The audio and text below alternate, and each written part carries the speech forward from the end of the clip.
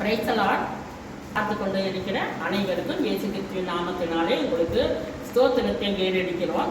இப்பொழுதும் யோபினுடைய சரித்திரத்தை குறித்து இப்பொழுது நாம் பார்க்க இருக்கிறோம். ஊசு தேசத்திலே யோபு என்ற பெயர் கொண்ட ஒரு மனுஷன் இருந்தான். அவனுக்கு அவன் எப்படிப்பட்டவன் என்றால் உத்தமனும் சன்மார்க்கனும் தேவனுக்கு பயந்து பொல்லாப்புக்கு விலகுமாய் இருந்தான். அவன் யோபு ஊசு தேசத்தில் பார்க்க போனோமானால் அவன் 4000 வருடங்களுக்கு முன்பதாகவே ஊசு தேசத்தில் வாழ்ந்தவன், மிகப்பெரிய ஒரு செல்வந்தன். அவனை காட்டிலும் அந்த ஊர்ல யாரும் அப்படிப்பட்ட செல்வந்தன் யாரும் இல்லை. யோபு குறித்து பார்க்கும் பொழுது பெரிய செல்வந்தனா இருந்த போதிலும் கூட 7000 ஆடுகளும் 3000 ஒட்டகங்களும் 500 ஏர்மாடுகளும் 500 கழுதைகளும் ஆகிய மிருக ஜீவன்கள் இருந்தது. அது மட்டுமல்ல, அநேக பணிவிடைக்காரர்களும் யோபுக்கு இருந்தார்கள். ஒரு நாள் தேவ சன்னதியில் இந்த சாத்தான் என்ன செய்தான் என்றால், இந்த பூமியை சுற்றி பார்த்து ஒரு நீதிமானும் இல்லை என்று கர்த்தரிடத்திலே தேவ சன்னதியிலே அவன் போய் சொல்லும் பொழுது, அதற்கு கர்த்தர், என் மகன் யோபின் மேல் கவனம் வைத்தாயோ, அவன் பொல்லாப்புக்கு விலகுகிறவனாய் இருக்கிறான், அவன் ஒரு நீதிமான் என்று கர்த்தர் சாட்சி கொடுக்கிறார்.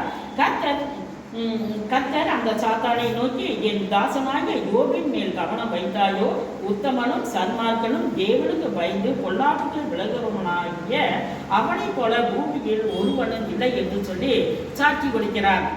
அப்பொழுது 6ஆம் வசனத்தை படிங்க. அப்பொழுது கர்த்தர் சாத்தானை நோக்கி, இதோ அவன் உன் கையில் இருக்கிறான், ஆகிலும் அவன் பிராணனை மாத்திரம் தப்பவிடு என்றார். கர்த்தர் சொல்லுகிறார், சாத்தானை பார்த்து, யோபு இங்க பூமியில இருக்கிறான், உன் கையில் இருக்கிறான், ஆகிலும் அவன் பிராணனை மட்டும் எடுக்க தப்பவிடு, மற்ற எல்லாமே அவனை சோதித்துப்பார், அவன் உத்தமத்தில் இருந்து சிறிதும் குறையாது இருப்பான் என்று சொல்லி கர்த்தர் சாட்சி கொடுக்கிறார். அவன் இந்த சாத்தான் என்ன பண்ணுகிறான் என்றால், கர்த்தரிடத்திலே யோபுவை சோதிக்க வேண்டும் என்று அனுமதியை பெற்றுக்கொண்டு யோபுவை சோதிக்கிறான். அப்பொழுது சாத்தான் கர்த்தருடைய சன்னதியை விட்டு புறப்பட்டு யோபின் உள்ளங்கால் தொடங்கி உச்சந்தலை முதல் கொண்டு மிகப்பெரிய ஒரு பருக்களால சாத்தான் பாதிக்கிறான். அவன் ஒரு ஓட்டை, அவனுக்கு பருக்களெல்லாம் உச்சந்தலையிலிருந்து உள்ளங்கால் வரையிலும் பெரிய பெரிய பருக்களால இந்த சாத்தான் பாதிக்கும் பொழுது அவனுக்கு என்ன செய்வது என்று தெரியவில்லை. ஒரே பிற்புங்க, நமக்கு ஒரு சின்ன பப்பளம் இருந்தால் கூட நமக்கு என்ன செய்வங்க, நம்ம சொரிஞ்சுக்கிட்டே இருப்போம். அதே போல அந்த யோபு என்ன பண்ணா, ஒரு ஓட்டை எடுத்து அந்த புண்களை எல்லாம் சொரிஞ்சுட்டு இருந்தானா. அப்போ அவங்க மனைவி என்ன சொல்றாள்னா, யோபுவை பார்த்து, தன் புருஷனை பார்த்து, ஆமா இப்படி வேதனைப்படுகிறாயே, நீ என்ன பண்ணு, நீ கர்த்தரை தூசித்து நீ ஜீவனை விடும் என்று சொல்லி யோபு சொல்றான். அதுக்கு யோபு என்ன சொல்றான்னு சொல்லுங்க. அதற்கு அவன், பைத்தியக்காரி போல நீ பேசுகிறது போல பேசுகிறாய், தேவன் கையிலே நன்மையை பெற்று நாம் தீமையை பெற வேண்டாமோ என்றார். இவைகள் எல்லாவற்றிலும் யோபு தன் முதல் நாள் பாவம் செய்யவில்லை. அப்போ யோபு என்ன சொல்றான், அந்த பைத்தியக்காரி போல பேசுற அப்படின்னு சொல்லிட்டு தன் மனைவியை பார்த்து சொல்றான், கர்த்தரிடத்திலே நன்மையை பெற்ற நாம் தீமையும் அனுபவிக்க வேண்டாமா என்று சொல்லி யோபு சொல்கிறான். எல்லாவற்றை பார்க்கிலும் இவ்வளவு சோதனை அனுபவித்த போதிலும் கூட யோபு தன் உதடுகளினால் அவன் பாவமான வார்த்தைகளை அவன் பேசவில்லை. அப்புறம் 42வது வசனத்தை நாம் பார்க்கும்போது, 42 வசனத்தில் பார்க்கும்போது, தேவரே சகலத்தையும் செய்ய வல்லவர், நீ செய்ய நினைத்தது தடைபடாது என்பதை அறிந்திருக்கிறேன் என்று சொல்லி யோபு சொல்லுகிறான்.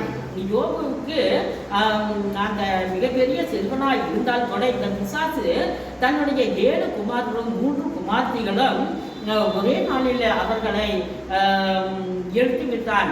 அவனுடைய செல்வங்கள், அவனுடைய ஆசைகள், சம்பத்து எல்லாவற்றையும் எடுத்து விட்டுத்தான் இப்படி மிகப்பெரிய பற்களாலே இந்த பிசாசு வாதித்தான்.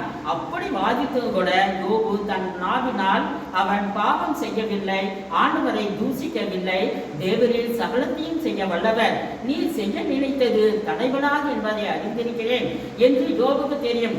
யோபுக்கு தெரிய கர்த்தர் இவ்வளவு பிசாசு சோதனை கொடுத்தாலும் கூட நாம் பொன்னாக விளங்குவோம் என்று யோபு நன்றாக அறிந்திருக்கிறான். அதனால் தானே அப்போ அந்த வேதனையில் கூட யோபு தன் சிநேகிதருக்காக வேண்டுதல் செய்கிறான். அப்போ அந்த சிநேகிதருக்காக யோபு வேண்டுதல் செய்கிறான், ஜெபம் பண்ணுகிறான். அப்படி அவன் இருக்கிற சமயத்தில் தானே இந்த யோபுக்கு ரெட்டிப்பான நன்மையை ஆண்டவர் கொடுத்தார். அதே போல நாமும் என்ன செய்யணும், நமக்கு எவ்வளவு சோதனை வந்தாலும் எவ்வளவு வேதனைகள் வந்தாலும் நாம் முழங்கால் படியிட்டு நாம் ஜெபிக்க வேண்டும். அப்பொழுதுதான் இந்த பிசாசாகி இந்த சாத்தானை நாம் ஜெயிக்க முடியும். அதே போலதான் யோபு இந்த சாத்தானை ஜெபத்தினால் மட்டுமே ஜெயித்தான் என்று சொல்லி நம்மளுடைய இந்த பரிசுத்த வேதாகமத்திலே நாம் பார்க்கிறோம். யோபு 42வது அதிகாரம் 12வது வசனத்தை படிங்க.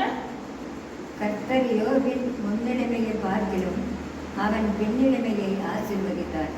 10,000 ஆடுகளும் 6,000 ஒட்டகங்களும் 6,000 ஏடுகளும் 6,000 கருவிகளும் அவனுக்கு உண்டாயின.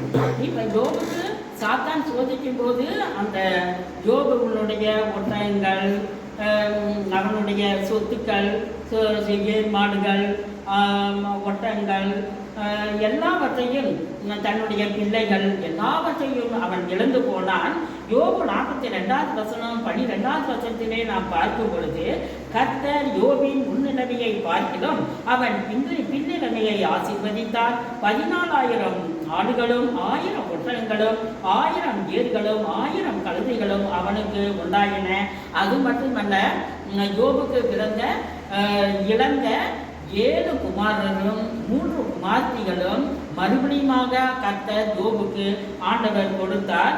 மூத்த மகளுக்கு எபிமாள் என்றும், 2ஆம் மகளுக்கு கெசியாள் என்றும், 3ஆம் மகளுக்கு கேர்னாப்பு என்றும் பெயரிட்டான். இந்த யோபுவினுடைய அந்த 3 குமார்த்திகளை பார்க்கும்போது அந்த பூமியிலே யாரும் இவ்வளவு சௌந்தரியமான பிள்ளைகள் யாருக்குமே இல்லை. அப்படி ஆண்டவர் அந்த யோபினுடைய 3 குமார்த்திகளுக்கும் நல்ல ஒரு அழகான நல்ல ஒரு சௌந்தரியத்தை கர்த்தர் கொடுத்தார். யோபு 42ஆம் அதிகாரம் 15வது வசனத்தை படிங்க. தேசத்தில் எங்கில் யோபின் குமார்த்திகள் போல் சௌந்தரியமான பெண்கள் காணப்படவில்லை. அவர்கள் தகப்பன் அவர்கள் சகோதரி நடுவிலே அவர்களுக்கு சுதந்திரம். ஆமென். அப்போ இந்த வசனத்தை நாம் பார்த்தோம்.